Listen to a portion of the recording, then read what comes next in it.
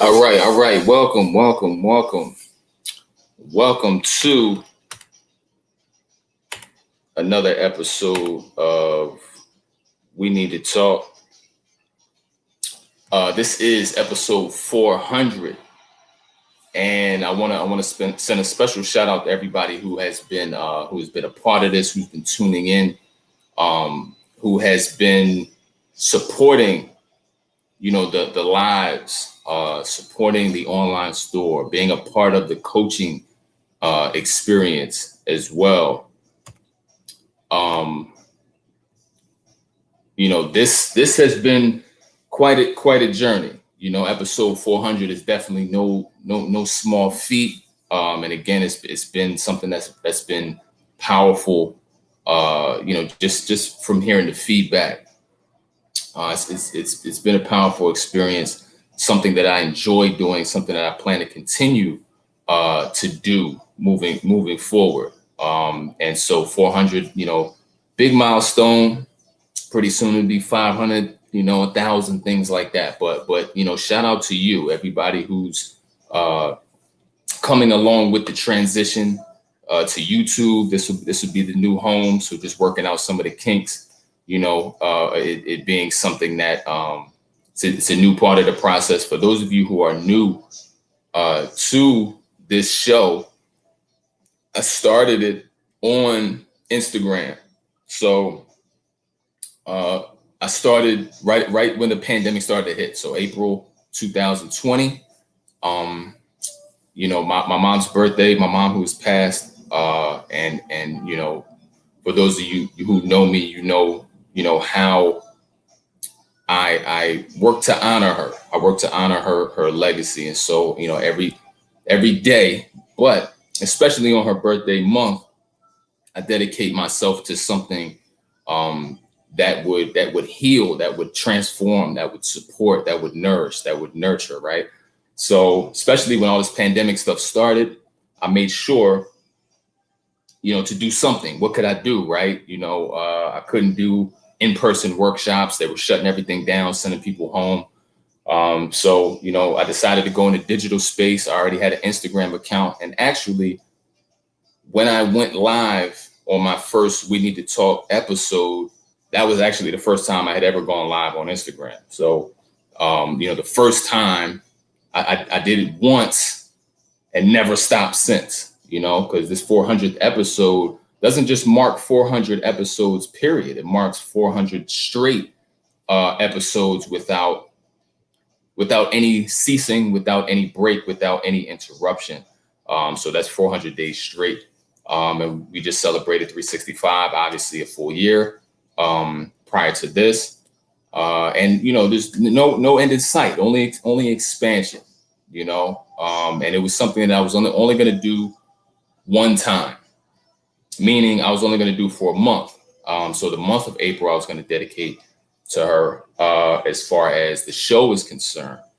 But just from the influx of feedback, everybody who has been tuning in for that month said you got to keep it going. You got to keep doing it. And so that was it. This is a continuation of that stream, basically. And, no pun intended, but just that momentum and being a source of healing for people. Especially in the dating space.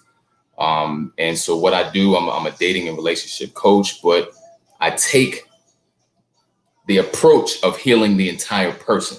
And I take the approach of helping people activate internal unconditional happiness. And I feel like that is the backdrop for manifesting the soulmate and keeping it.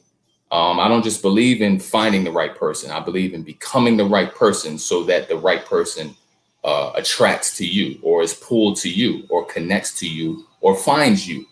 And that process.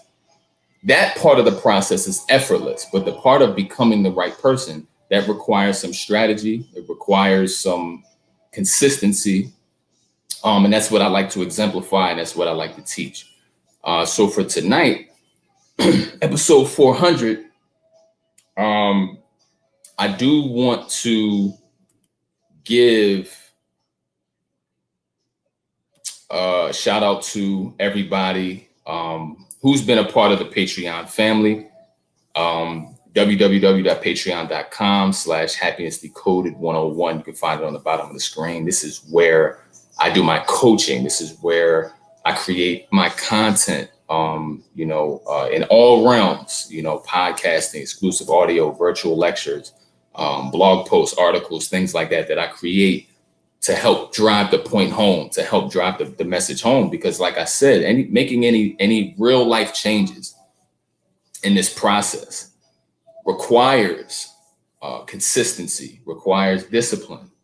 And it's not something to jump in and jump out. It's not something that's somebody else's responsibility. So I try to focus on creating ways to make it easier to digest, to make the strategies readily available, to condense a lot of things, because I know you guys are busy schedules, got a lot of going on in your lives. I wanted to make it a fun experience.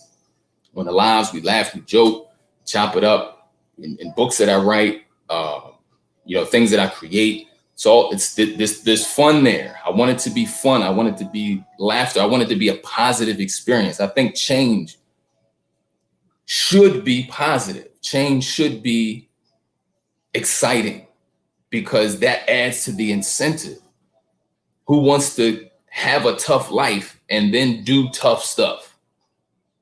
That's the opposite of happiness. So hence the name, for those of you who are new, Happiness Decoded. My aim going into this was to figure out what are the main categories of being happy and how to help people get to. And that's what I've been doing thus far. And that's what I've been focusing on thus far. So shout out to everybody who has been on the other side of it, experiencing, but also just learning and growing. This is what I thrive on.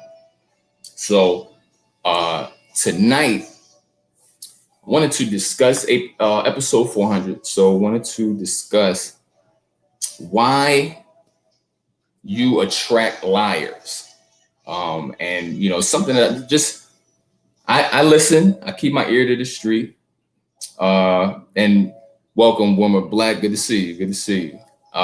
So I keep my ear to the street as far as what are the questions that need answering. I don't just throw a lot of things around. I like to know how we can, in a very targeted way, answer the questions that mean the most, or that most people have. And a lot of what I've been hearing is just people having difficulty because they are attracting liars, attracting people who are dishonest, attracting people who are, cheaters, and so on and so forth. So first, let's just discuss dishonesty, period. And what is dishonesty in relationships, in the romantic space?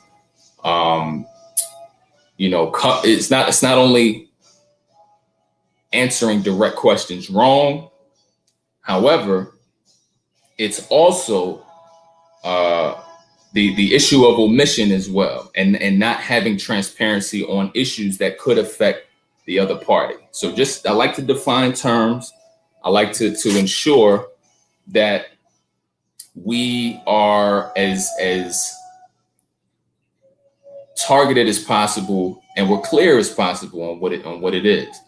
And shout out to you, Felicia. How you doing? Good to see you. Good to see you. Appreciate it. Appreciate that. So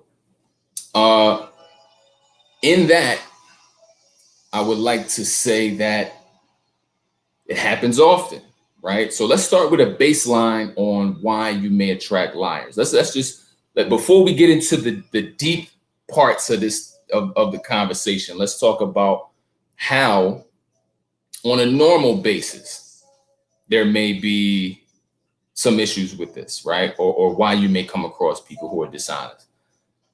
Number one, there are people who are emotionally distant, or who are afraid of vulnerability. And this happens.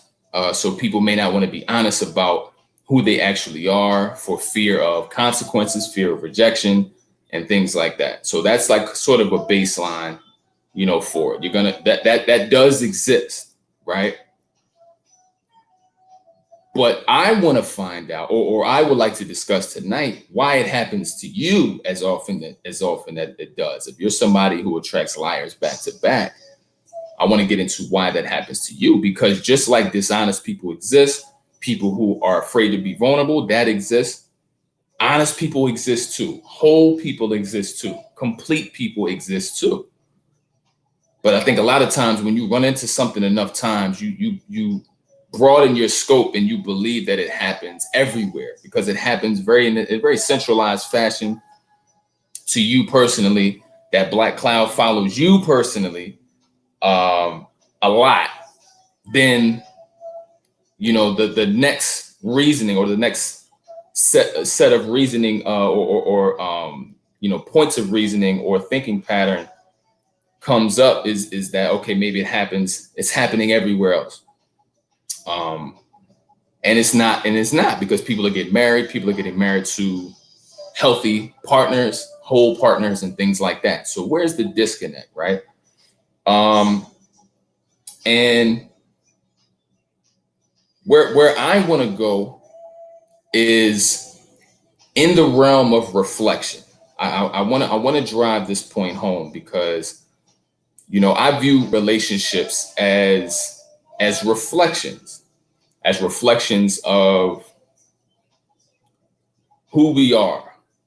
We attract who we are, not who we want, but who we are, and who we allow to come in, and where the building, or where the connectivity is, as far as the dominant elements within us, right? There's a lot of dominant elements within us. Some of us carry a lot of fear. Some of us carry a lot of anxiety. Some of us carry a lot of shame. Some of us carry a lot of pessimism.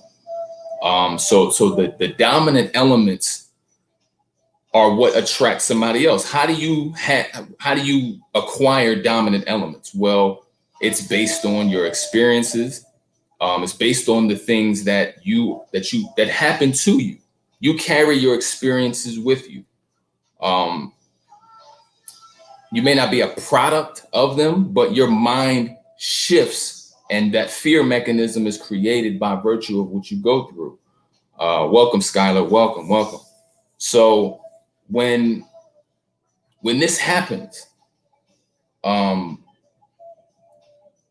you have it makes it, when those things happen to you, it makes it difficult for you to navigate the dating world, because you are changed by your experiences and you see certain things. So when it comes to the basis of you carrying certain elements, those elements stick around. If you've encountered abandonment, those elements stick around. You have a sensitivity to those. That's why you find yourself attracted to people who carry the signs of those who would abandon you. It's often said, okay, avoid red flags. But I think when we are broken and hurt and have emotional pain that's unhealed, we actually go for the red flags, maybe unconsciously at times, but we seek them out because of the familiarity, and because we don't expect any better. We don't trust anything that's better that may come along. And so we find ourselves caught there, right? So those are the dominant elements. So when I say relationships are a reflection of the dominant elements, that leads us to why you attract liars, right? Now let's sort of outline it. If you are somebody who attracts people who are dishonest with you and who run from the truth, could it be possible that there are elements of you that don't feel safe within your truth, that don't feel safe with how you are maneuvering or Are there parts of you who are dissatisfied, maybe disgusted, ashamed of the truth of who you actually are? And if that's the case, if like attracts like, that would be an additional reason to why you would attach or attract yourself or find yourself attracted to other individuals that carry those same elements. But here's where it gets mixed up. A lot of times the moral element comes into play, and you say, well, these people that I date, they lie to me, they cheat on me, they do these certain things to me that I would never do to someone else.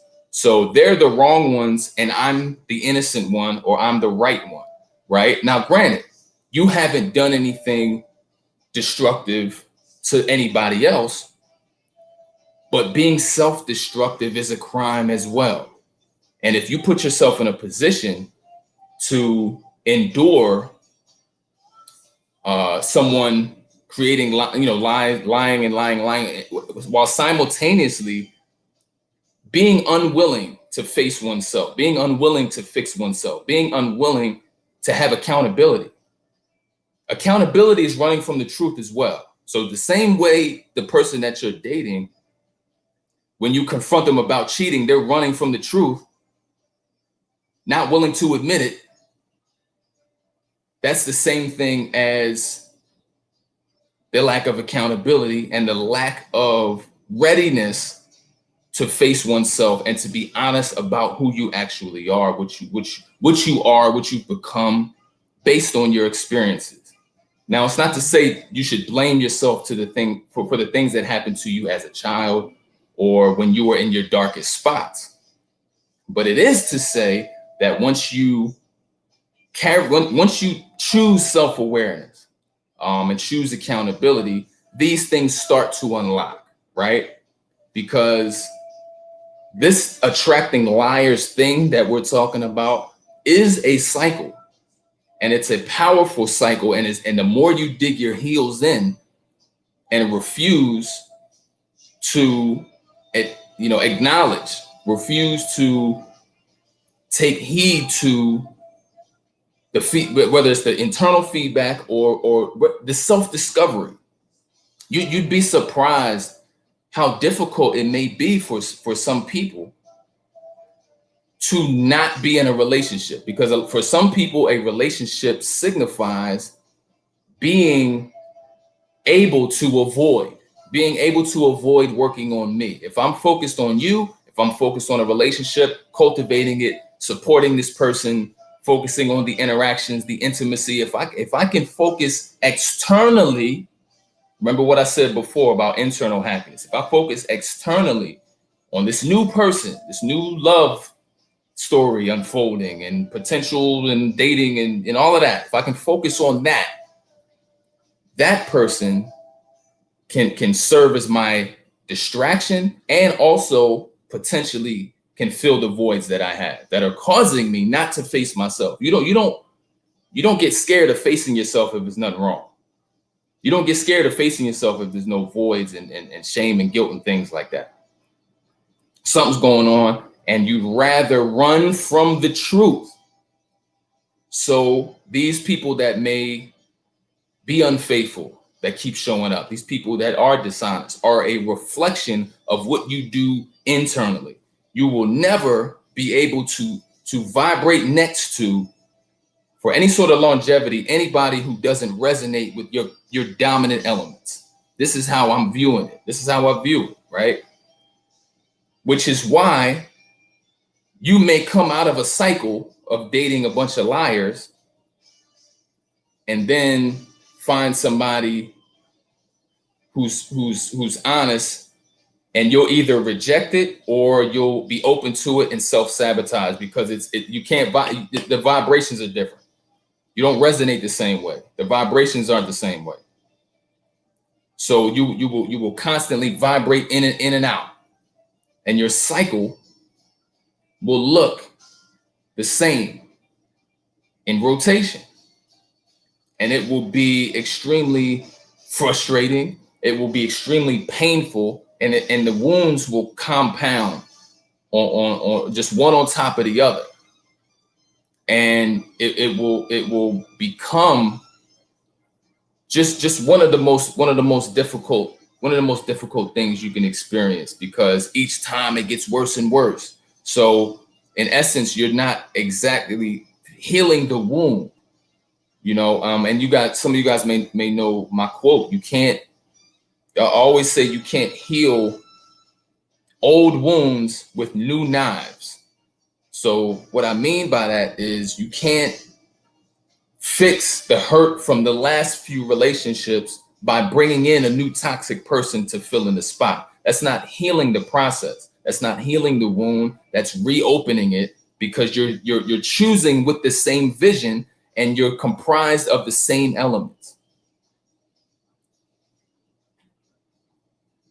You can't make something with avocado in it, knowing you allergic, break out, tongue swell up, eyes pop out of your head, and then tomorrow make the same dish, and then try to fight the reaction.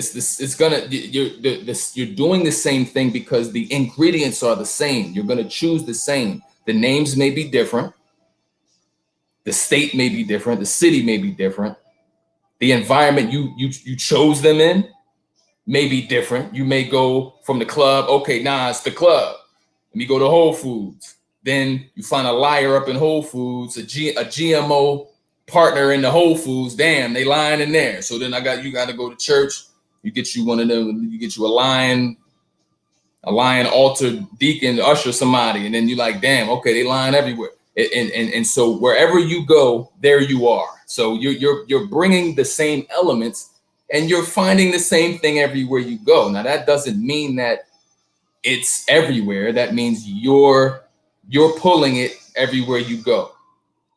Similar to kind of noticing, you don't notice certain cars on the road until you buy one. Now you feel like it's everywhere. You first buy that new car, and then everybody got your car, because now you're starting to notice it. And then you may feel like the population of that car grew. Everybody's buying it. It's just it resonates now. There's a reason it becomes noticeable to you personally, because there's something in commonality now. There's a common denominator now. Appreciate that, Latasha. Yeah. So this is it brings me back to the accountability element, because some of you may feel like, well, damn, he hit me in the face. It's accountability. He's hitting me in the face. And I say, this is not a beat down. This is an empowerment. The reason I say that is because if you keep running into liars, if you feel like it's the dating pool, you're done. That removes all hope, because it becomes random. It becomes something that is what you run into, and it's out there and it's everywhere, right? You're surrounded by it. That is dooming. That's depressing. However, with the Curbs Kingdom, what's up? Skylar, you're funny as hell. I appreciate you though. So when conversely, when you become accountable for the elements, right? So when you realize that, okay, I can change this if I heal the wounds, if I work through the strategies, if I focus on self-care, if I counteract fear, if I discover who I am, how I was hurt, and how to work my way out of it, whatever it takes, if I prioritize my purpose, my physical health, my mental health, right? And I focus on, enforcing boundaries amongst my friends, and only choosing reciprocal energy, and prioritizing my energy field. When I do that, I can literally, without moving, because some of y'all gonna have to go to a different planet after a certain point. There's only so many states. There's only so many states you can actually go to. So you know what I'm saying? And then once you cover Earth, you're gonna have to, holler at the Men in Black or talk to somebody like NASA or something, and then Neil deGrasse Tyson, figure out how you're gonna go up there with Thanos. I don't know how you're gonna work it out, but you're gonna run out of places to go. But utilizing this power, what does it mean? It means that you can shift the tide. You can take yourself out of one momentum and create another, right? And then what you'll find is when you do this cleaning, when you clean this out, you'll find the quality of people that are around you is different. Your energy is different. Your functioning is different. When it comes to mood ratings on a daily basis, I always say, shoot for the cruising altitude. That's like 8 to 10. At 8 to 10 range, the best things in life happen from there. The best ideas, whether you're doing self-discovery, the best epiphanies in life, right? The different things that you need, the intuition, when these things that you need to navigate life and to heal yourself, right? When you get to that point, you'll notice things shift. And if anybody finds their way to you, you can I almost said snipe them. I mean that figuratively, right? But you can you can get them out of your life basically a lot sooner than you would have in this situation. You know what I'm saying? A lot sooner than you would have maybe in the past, right? Because there'll be no resonance. You don't have. It's not to say that people who lie won't jump in the DM or be around, because you're still in the same vicinity. However, they won't resonate, so you won't even notice that they're lying. It'll be that the energy of somebody. They might walk up to you, the energy will be off, and then you'll reject it. You don't need to find out later what's going on because the energy spoke. But the confusing part is when you are out of tune with your energy, or if your energy is dominated by emotional scarring, you can't get a read. And what feels right is wrong in most cases.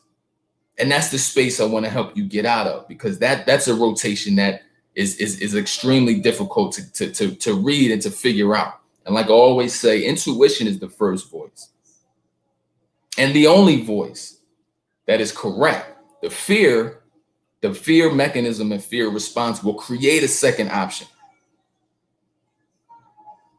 And that second option is never the right one. It's always that first voice. The problem is, like I mentioned, the elements, when fear is dominant, it's the louder voice, even though it's the second. It's not the first, but it's still the loudest one. And it will put you in the most difficult situations. It'll put you in repetitive situations. And by virtue of emotional reasoning, it'll gas you up to feel like something is right when it's terrible, just because it's familiar.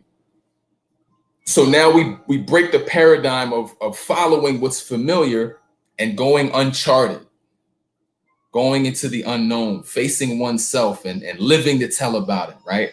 Challenging that fear of doing so, embracing the accountability as empowerment.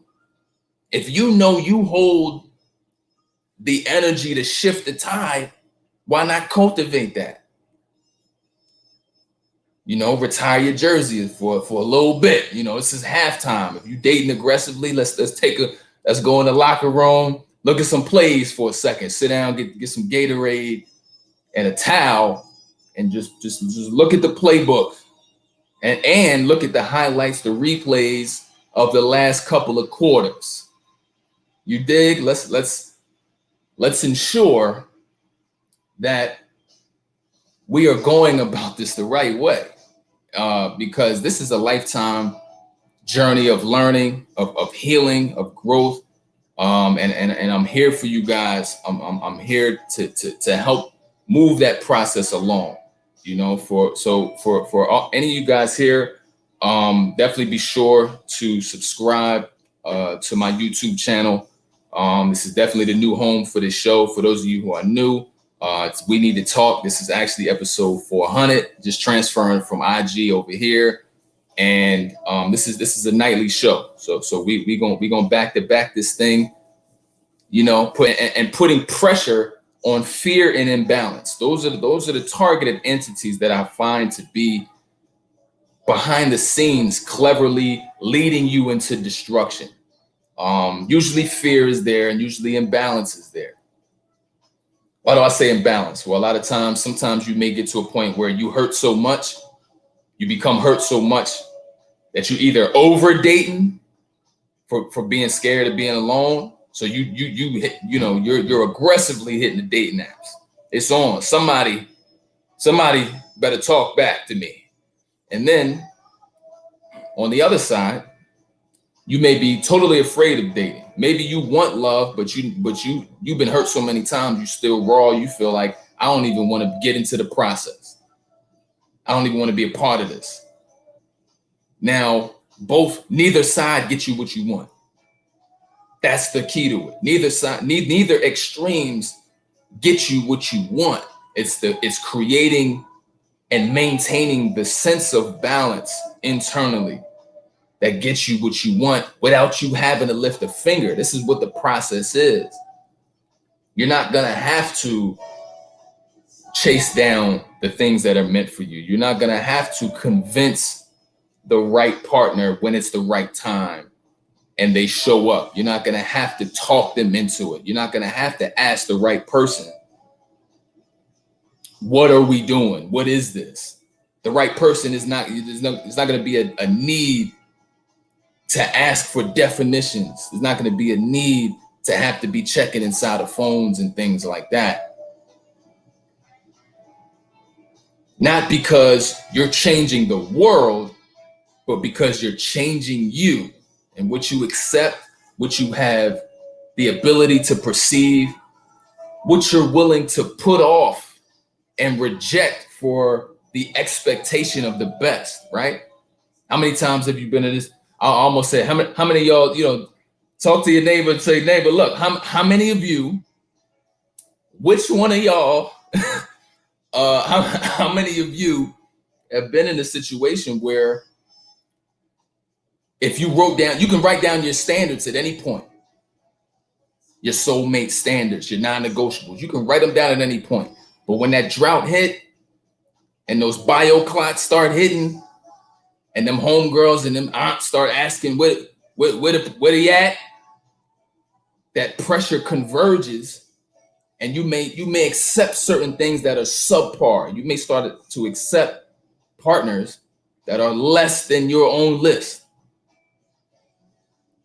And that ends today as well. So, if you want to make the rest of 2021 and beyond the stuff of legend, if you want this to be your transformation year, and really launch yourself into just new manifestations and new things and better things happening to you, better feeling spaces, being better equipped to handle certain things that maybe triggered the hell out of you before. Stay locked in, just stay tuned in. I got a lot of things planned for you guys for this year, next year. And again, this is a nightly show, so we head back to back, always available for you guys. So make sure you subscribe, you like the video, you share it, let people know about it. Because I'm moving relentless on this mission to help unlock the best parts of you, so you can experience them, to unlock those glass ceilings, so you can experience freedom in all areas that count. Because again, it's very difficult out there. There's a lot of stuff going on, a lot of things you may not have control over. And I understand that, but the one thing you have control over is yourself and your functioning, your self-love, your self-care, and how you maneuver through the landscape of fear and imbalance. So just want to say I love y'all. Feel free to connect with me. The IG is at Happiness Decoded 101. Cash App is $ Marcus K Jr. And just check the description box as well. I will be keeping you guys posted on any new developments. But as long as you're subscribed, you'll know this is back. You know what I'm saying? You'll know each day I'm back in. I'm back in the seat, really ready to help. This thing work out finally. And it's a fun process for me because this is my purpose. And I do know the power in that as well. And so in future lives, I'll be discussing that and how that connects as well. But thank you guys as always, for my family who came through, and also my new viewers, etc. I appreciate you guys for showing up. Episode 400. We got the new space here. It's a little bit different. I'm used to IG. 399 episodes on IG. It's a little different, but I feel right at home as long as I'm connected to y'all. So y'all have a great night, and I will see you tomorrow night.